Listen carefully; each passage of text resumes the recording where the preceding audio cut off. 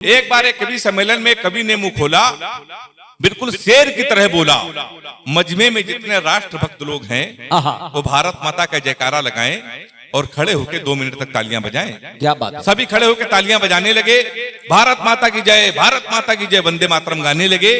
तभी सामने बैठा एक शख्स सोच रहा था ये कवि किस तरीके से कवि सम्मेलन को चला रहा है, मंच को अपनी उंगली पे नचा रहा है। उसने दूसरी बार किसी आक्रामक व्यक्ति को बोलते हुए पाया, उसे कवि और देश के नेता में कोई अंतर नजर नहीं आया। क्या कहने।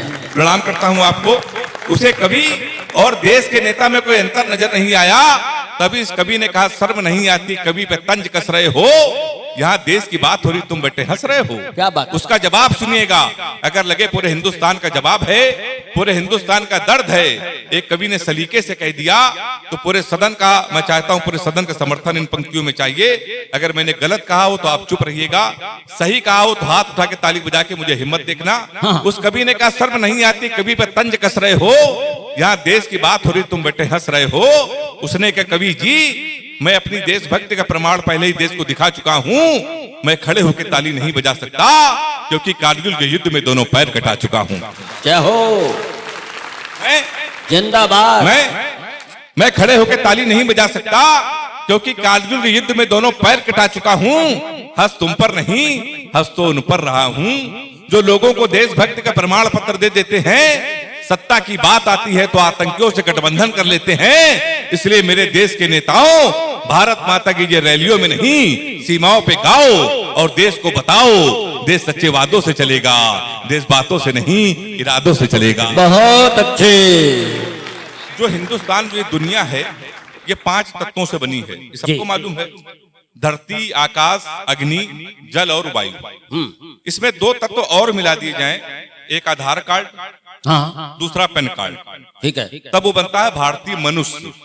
उसमें 3-4 तत्व और मिला दिए जाएं, जैसे कि भोकाल, गुंडई, चिकाई, कट्टा, तब वो बनता है पक्का कनपुरिया। तो मैं वही पक्का कनपुरिया हूँ। लपेटे में नेताजी में आता हूँ, तमाम दलों के नेताओं को लपेटता हूँ। आदेश भाई, भाजपा वालों को मैं कम लपेट रहा हूँ इस समय। उसका एक कारण है, भाजपा वालों को मैं कम लपेटता हूँ, उसके 2 कारण है। पहला कारण ये, समझदार लोग हो तो ताली इस टिप्पणी पे आपकी आनी चाहिए। उसके 2 कारण है कि भाजपा वालों को मैं कम लपेटता हूँ। पहला कारण यह है कि मैं कानपुर का हूँ, दूसरा कारण यह है कि मैं कार से चलता हूँ। और भाजपा के राज में कानपुर की कार कितनी पलट रही है बताने की जरूरत नहीं है ना। आप समझदार बहुत हैं आप लोग।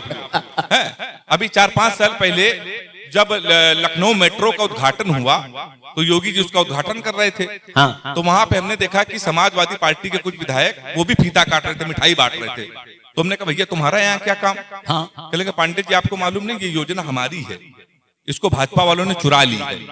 अब भाजपा वाले कह रहे हैं कि मेट्रो हम लेके आए हैं, सपा वाले कह रहे हैं कि मेट्रो हम लेके आए हैं। ये देश को मालूम है कि कौन लेके आया है। मेट्रो के लिए दोनों ऐसे लड़ रहे हैं जैसे एक प्रेमिका के लिए 2 प्रेमी लड़ते हैं, ये हमारी, ये हमारी। तो उसमें मैंने 4 पंक्तियां लिखी कि दोस्त बोला हमसे नमकीन बहुत है, हमको तेरी वाली पे यकीन बहुत है। मतलब मेट्रो के लिए सपा और भाजपा वाले लड़ रहे हैं। दोस्त बोला हमसे नमकीन बहुत है, हमको तेरी वाली पे यकीन बहुत है। हम बोले उससे तुम साथ करोगे, भाजपा की तरह हमसे बात करोगे? मेहनत है हमारी, तैयार करो तुम, सेट किया हमने और प्यार करो तुम। मेहनत है हमारी, तैयार करो तुम, सेट किया हमने और प्यार करो तुम। जाहिल हो बिल्कुल, क्या ब्रेन नहीं है? वो प्रेमिका है मेरी, मेट्रो ट्रेन नहीं है। ये व्यंग्य उस समय बहुत पॉपुलर हुआ और लपेटे में भी चला।